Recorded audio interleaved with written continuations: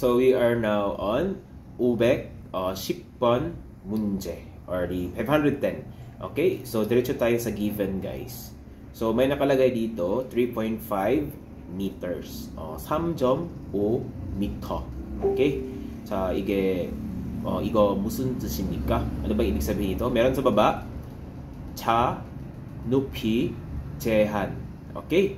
So let's break down the words, guys.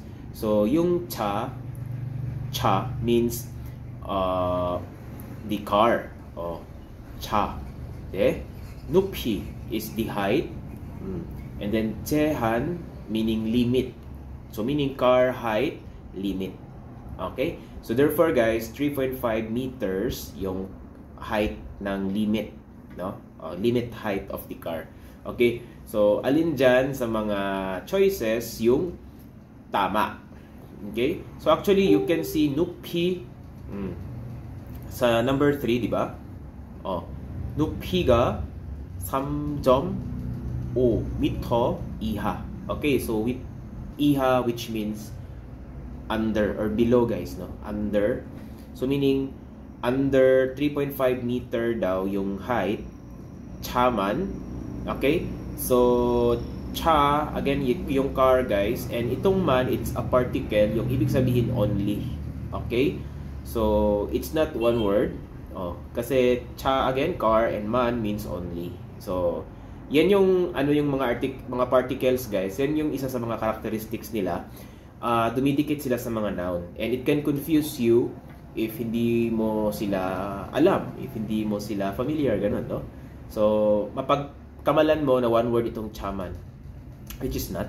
Okay, so chaman, again, only car na below or under 3.5 meters yung height. 지나갈 수 있습니다. Okay, so combination siya ng 지나가다, which means to pass. Okay, yung dumaan, and then 릴 수 있습니다, which means can. So meaning yung pwedeng dumaan na car lang daw is only 3.5 meters yung height, which is the correct statement. Okay, so actually, guys, you can get the answer naman by just you can get the hint kung ano yung magiging tamang sagot, no?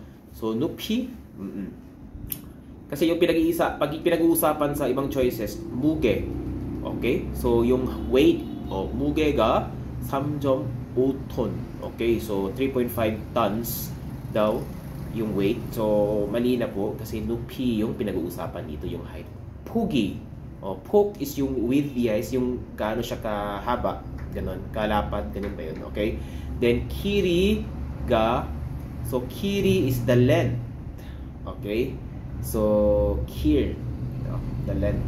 But ito, guys, yung 높이 is the height. Okay? So again, number 3 yung tamang sagot dito. Okay? 자, 511번 문제.